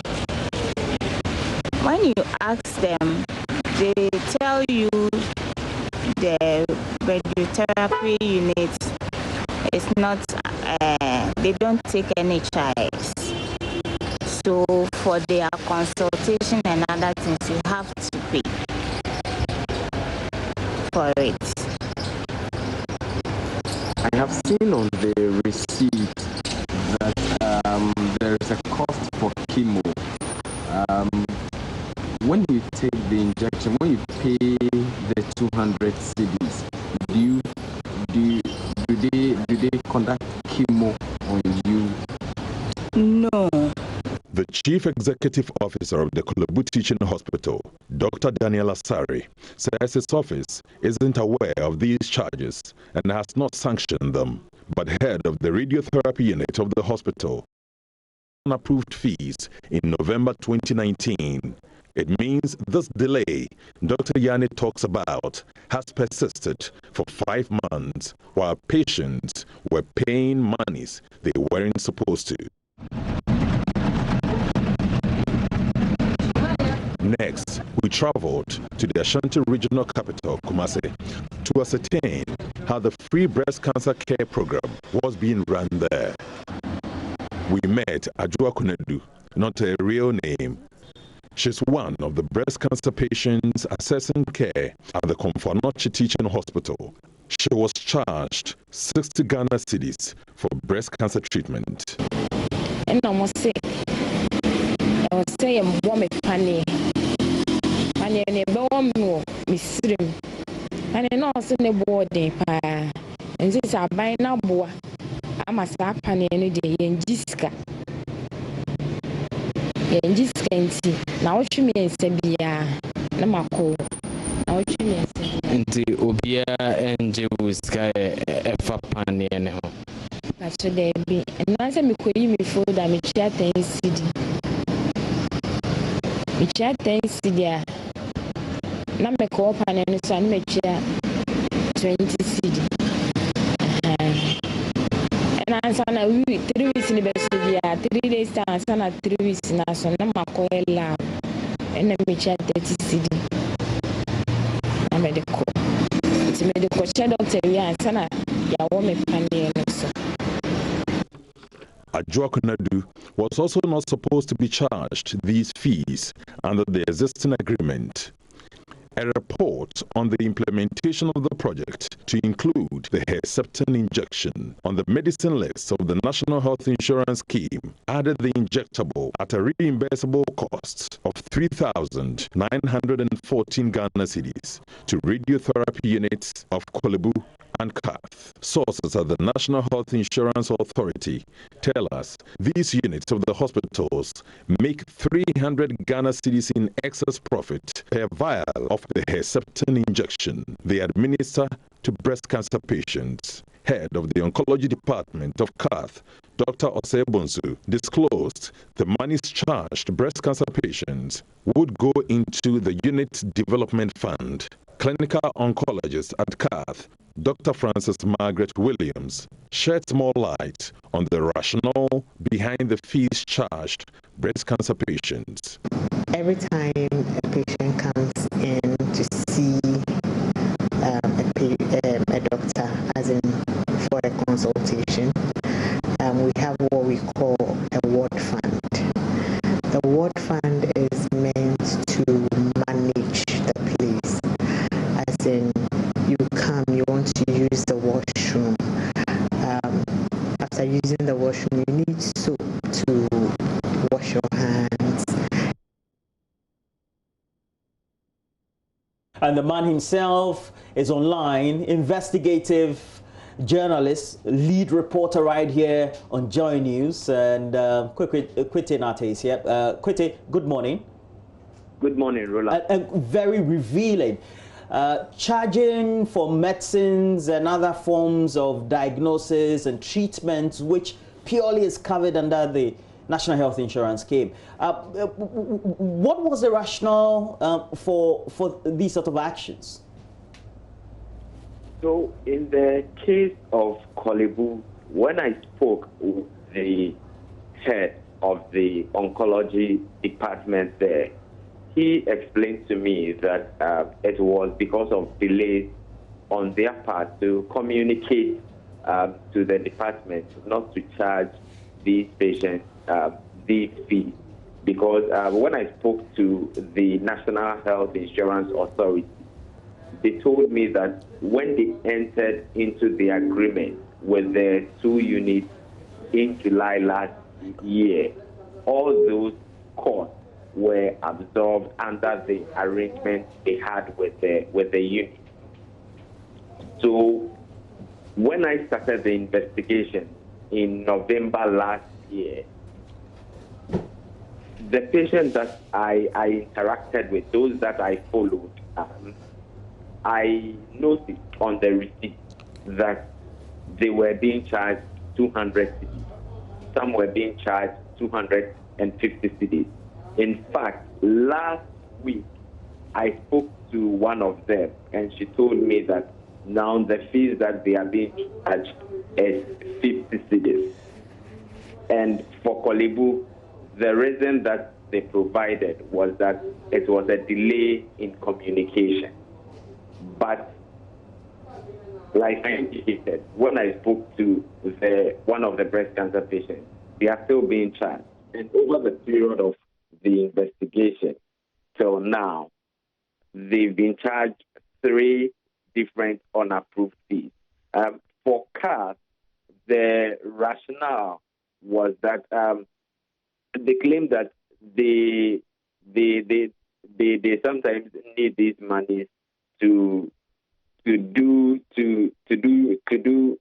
other stuff like buying of soaps, replacing bulbs,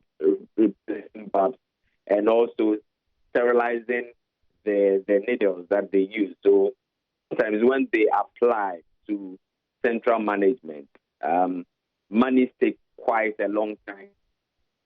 They are released. So these monies that they charge the breast cancer patients are what they use to cater for those basic needs at the facility. But we have an interview with the head of the National Health Insurance Authority, okay, later in the evening. Okay. She says that these are unapproved fees which they are not supposed to charge. Okay. And this is not the first time that it has been brought to their attention. Okay, Kwete, I just want to find out whether we know anything about what's going to now happen. So in the case of Korle Bu, for example, you indicate they said it was a miscommunication or a gap in communication. Do we know after that whether that communication gap has been fixed and whether the people who pay this money will have some sort of refund? Is there any development in that area? So when I spoke to Dr. Yani about 3 weeks ago, that's when he gave me the explanation that there was a gap in communication. So last week, what I did was that before airing the story, I contacted one of the breast cancer patients who I had been following since November. She had transitioned through the various fees that they've been charging her, and she told me that she was being charged. This time around, it wasn't the 200 cedis she was charged when I was starting the investigation. Now she's being charged 50 cedis. So I think that gap in communication has still not been addressed. Right. So we expect to have that interview you did later this evening? Sure. Give us details of the timing and what to expect in that part of the investigation. So the National Health Insurance Authority will be giving details on what they intend to do about the situation. They will be opening a probe into the issue. Okay. Okay. Kwete, thank you for that update there. Kwete Nate is a member of the investigative desk here at Joy News, bringing us that. You want to look out for that interview with the National Health Insurance. Very important that people who are afflicted, if you like, with breast cancer don't have to go through that torture.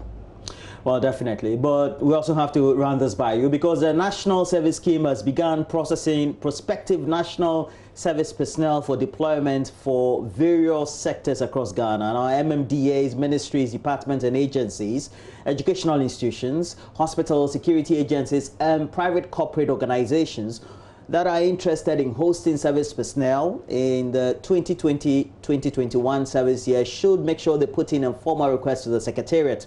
User agencies should also log on to the National Service Scheme website to submit requests for personnel. Also, make sure that when you're doing that, you're attaching names, email addresses, and contact numbers of 2 officials to that request.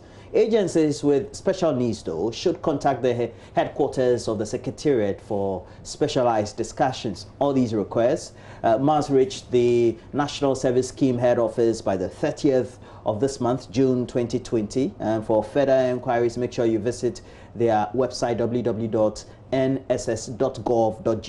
National Service, service to the nation. Well, Gifty. All right, so we're going to take a very quick break. When we return, we have a one-on-one interview with the Regional Maritime Authority. Like Roland said earlier in the show, there are several accidents that have occurred in the Volta Lake because of these tree stumps that are in there. So they've embarked on this project to remove these tree stumps. What is the extent of work done? What are the expected outcomes? We'll be talking to Thomas Kofi Alonso. He is the Director General of the Ghana Maritime Authority when we return from this break.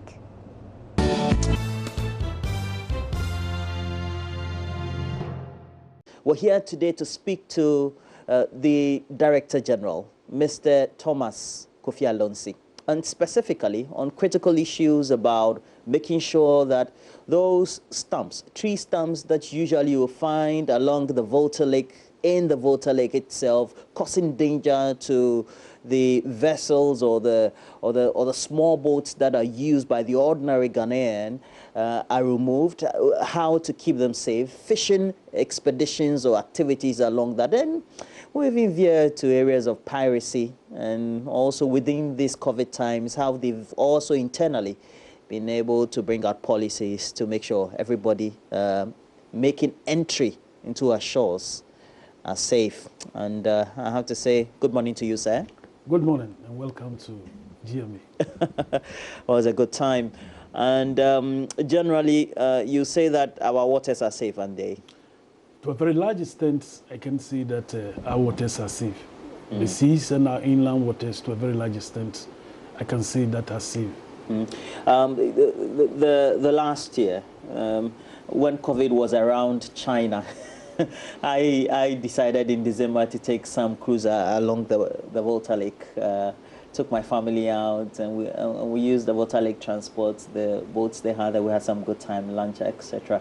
But I also do know that many of our inhabitants along those areas, along the banks, etc., depend on the water itself, either for fishing, etc. For you, how important is it that safety becomes a critical part of how they use that important resource? Thank you very much. As you rightly pointed out, we have lots of our communities that are located around our inland waters. And all the activities actually revolve around these river bodies. There are places that can only be accessed by boats, don't have any routes. So for them, commuting to and from their places of abode to other places has to be done by boats. And we realize that over the years, there have been a number of accidents on the Volta Lake, on the Oti, and other inland water bodies. So we thought that as an authority charged with the responsibility of ensuring that there is safety as far as inland transportation is concerned, and safety also on the seas, we thought that it was our mandate to ensure that we look at the causes of these accidents. And one of the causes of the accidents on the lake has been tree stumps. These boats run into these stumps and get capsized, and the result is the needless loss of lives.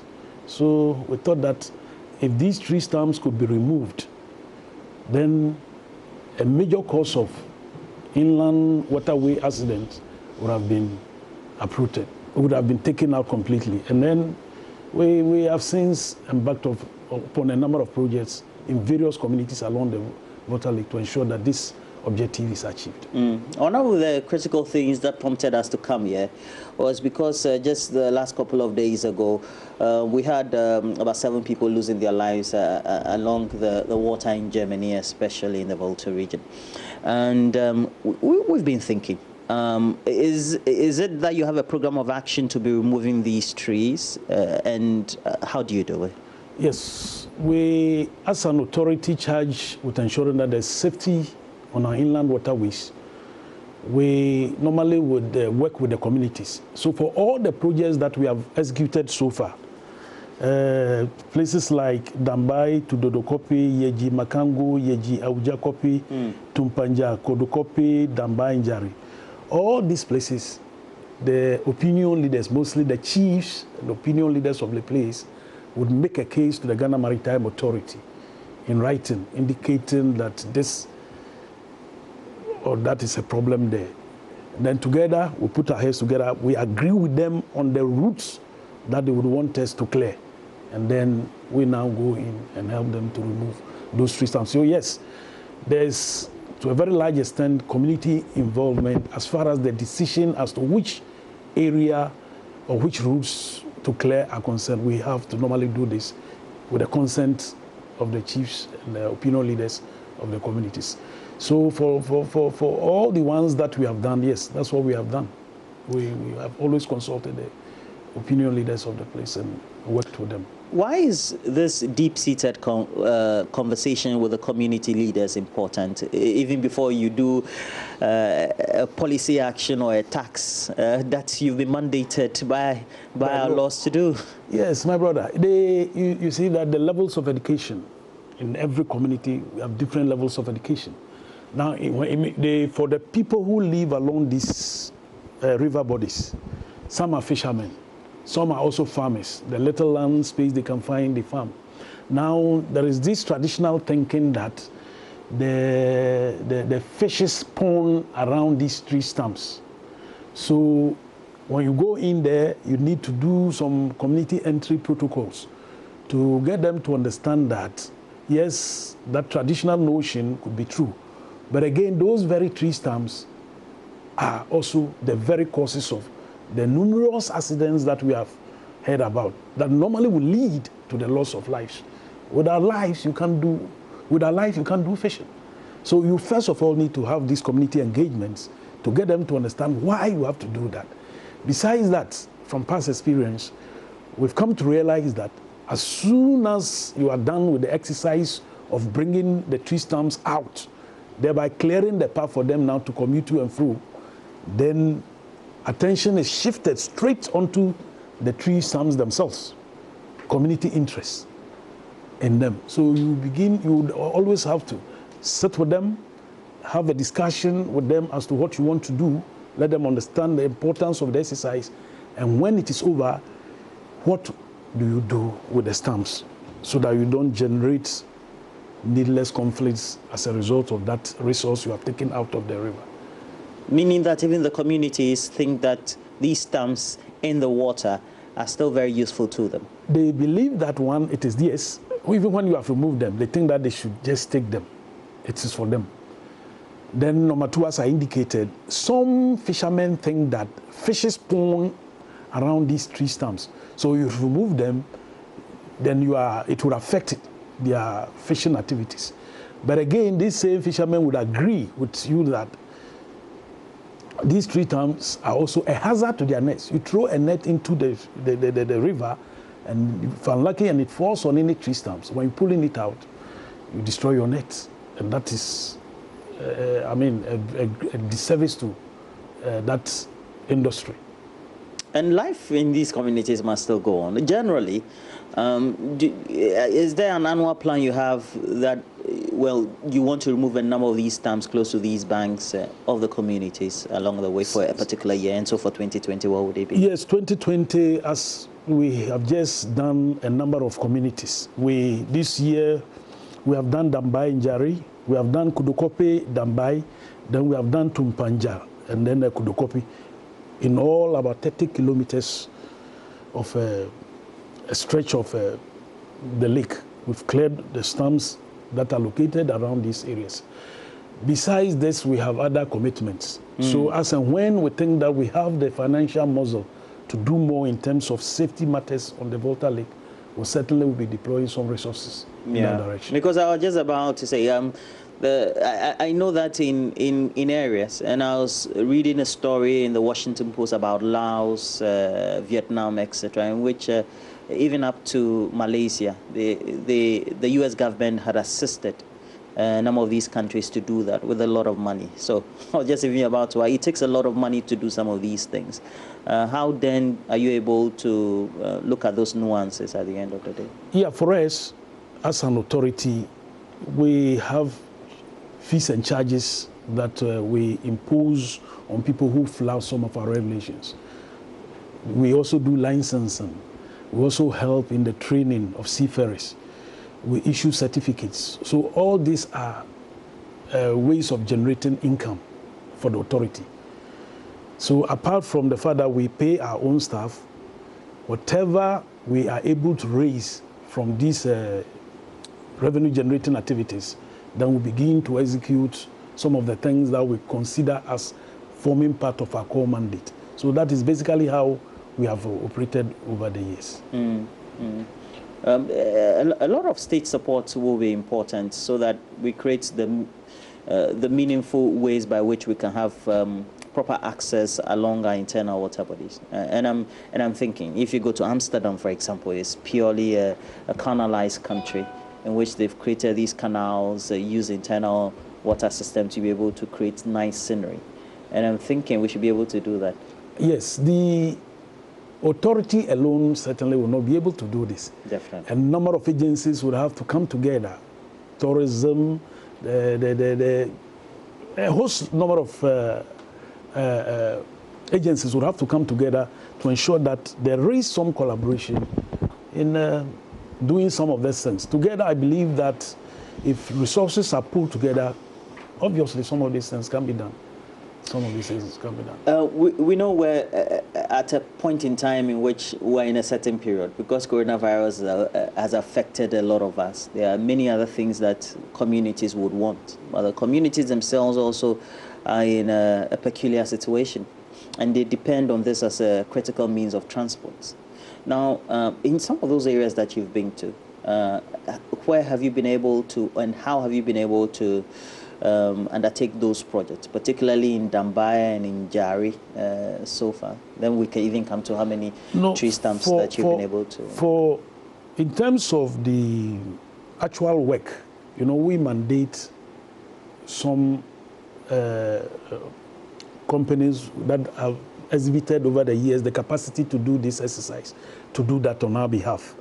So the actual work of the removal of stumps is done by a certain company. And so far, I think it has been one company that I think most Ghanaians know now, the Kitekirachi Timber Company. They do. They have been assigned that. Yes, they did the actual tree stump removal. Is it a labor-intense activity? Very labor. Specialized? Yes, it's specialized because you know the trees are deeply rooted in water. They've been over there since the construction of the Akosombo Dam, and then as a result of the construction of the dam, water had spilled into some communities, claiming large portions of land, drowning whole lands, and including trees. Areas that were hitherto forests before the construction of the Akosombo Dam were flooded by these things. So these trees, or these forested areas, were submerged under this water, and they have been there since. So yes, you need a certain expertise to be able to bring out these tree stumps. Considering the keen interest of the communities in even the stumps themselves, what do you intend to do with them?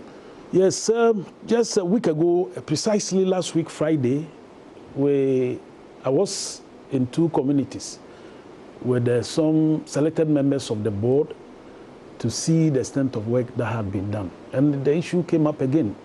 Clearly, one of the communities indicated to us that they were interested in the trees. Their spokesperson, who is the chief of the place, suggested to us that they were interested.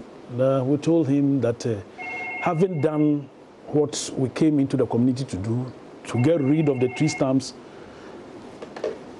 That's okay. To get rid of the tree stumps so as to make the use of the river safe for inhabitants of the area, we were now left with the task of ensuring that we got rid of the stumps. But before we could do that, we needed to assess, first and foremost, whether there was any economic value to be placed. So what we have done is that we've been to the Forestry Commission, and they have agreed to assign an officer to go and assess whether or not any economic value could be placed on all the stumps that have been removed. So we'll wait for them to make that determination. And once that determination is made, the authority will now see the way forward. But in the past, for places like Yeji Makango, Yeji Awojakopi, immediately we finished with the removal. I mean, the chiefs and their people came in and were expressing interest in the tree stump. For the Maritime Authority, are there other areas that you intend to still go and have a further assessment of feasibility of where you can continue to be removing stumps going forward? Oh, there are lots of areas along the Volta Lake that have asked that we assist them. And as I indicated earlier, the MPs, I forgot to even mention that the MPs will normally also play a role. Currently, a certain MP of the Karachi area, one Michael Jatto, has indicated to us that there are other communities he would want us to assist in removing the stamps so as to make transport on the lake safer for the people. So yes, there are other areas we are looking at. The authority has enormous powers, but also it has to be collaborative, especially in this era where we have coronavirus. How have you collaborated with the other institutions of state so that we know which vessels are coming in and how we need to make sure everybody is safe? Oh, yes.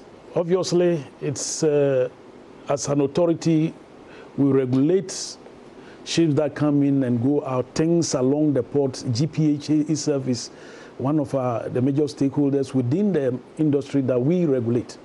So when we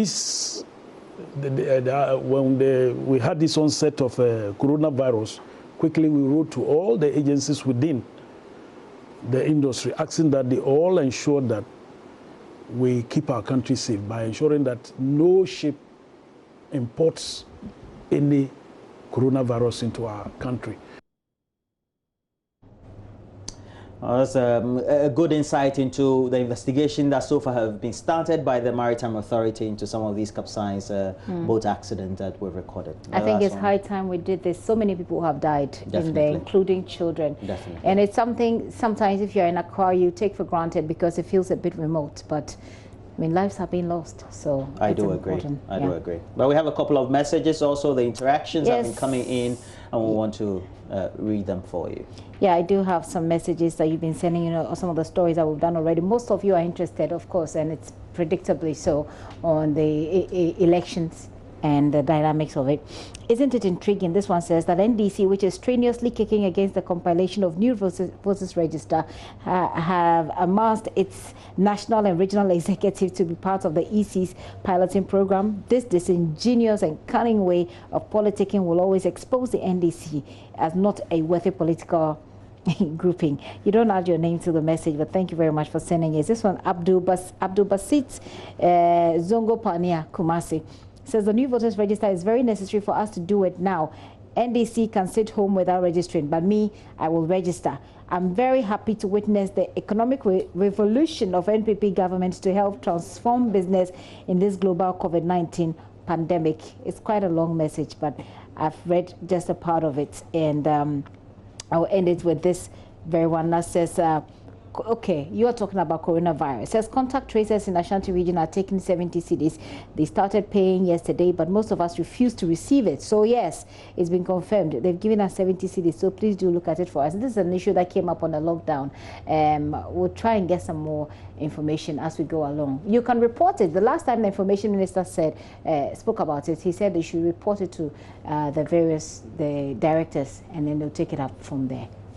Well, as it is, we have to take a break. When we come back, we have Kadi here. Kadi with the latest highlights from the world of showbiz. Do stay with us.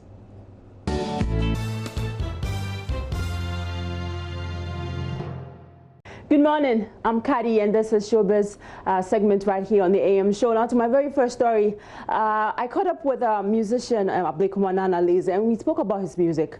That Jampan Turudu hitmaker revealed that he's not happy with how some Ghanaians are tagging him to be a comedian. It is close that he's a serious musician, but only adds comic relief to his freestyles to make people happy. He said this and more. Watch this. Like written down. Yeah. How many songs do you have out there? How many songs have you released? Not yet. I'm still working on it, but I have more in the pipeline to deliver. I think it's going to come natural. Me and my team working very hard to release some nice commercial ones and all that. Yeah. So right now you're just releasing freestyles now? For sure. Right now I'm putting smiles on faces. I mean, in this time, in these difficult times, that people keep frowning and all that. People are scared of coronavirus and all that. So I think there's a right atmosphere to put that huge smiles on their face, forgetting, corona.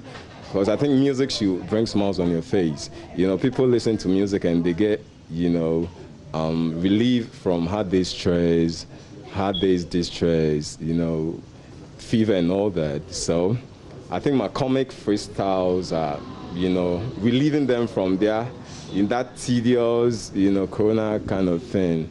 Yeah, but I'm very, you know, one thing about me is I'm not a joker. People describing me to be joker, no. I'm very serious on this, you know, music grounds. But like I said, sometimes you need to put some comic stuff in there, let them know, okay, you are not that, you know, isolated or that, you know, hard guy who don't like the crack jokes and all that. You're serious music? I'm very serious. Okay, so very, what genre of music are you doing? High life, hip life, R&B, rap? Which one are you doing? I'm a cut across artist. You know, it depends the genre that appears. If reggae appears, I hook up to, because I have that silky voice, I have that huge voice. I'm not blowing my own trumpet, but I'm always like R&B, I whip it. Let it be EDM, electronic dance music, I will do it. Whatever, jazz, I do it. Wow. Yeah, but I'm always comfortable around, you know, reggae. Reggae always brings the best in me. I want Ghanaians to take this and take it for once. I'm not a joker. Trust me, once again, I'm not blowing my own trumpet, but out of billions, I stand out in beautiful, you know, singing atmosphere. I know people are out there working hard, but we've come a long way, and I can't just like digress stuff just like that for the comic of it. People think I'm a comedian and all that. Comedy is another field, someone's, you know, profession. I'm not saying comedy is not good, but hey, I'm one of the I'm the silkiest singer you've ever known. You have this song about Corona to educate people and tell a message. Can you just give us a freestyle of your Corona song? Okay, so this one goes like, Yare no eye serious, dangerous, furious, and yet hilarious. Me Ghana nintin amaye curious, conscious, Lazarus, coronavirus, echiwa tedious, titles. Mina me mellifluous, meticulous, Elkishadek. Mina mwitiko, Leviticus. And this one goes like, wow. Yeah, say conventional rain talk, na relief fog so. Na cyclonic wind bo na yedi yefunu to jai mankeni ne bayire odetoa yebetimi abanish diabolic corona tears we no fears yebetimi shaving beers we shears yebetimi solve na higgledy pigledy nigledy figledy sigledy yare we need no cheers cause ne catastrophe no ama kata pese owini trophy no memfa unsang grow wano susu which of any trophy no cause yare went when Jesus saw the multitude ebra yesu hu se mo an titi egu no he went to Galilee okosoki gari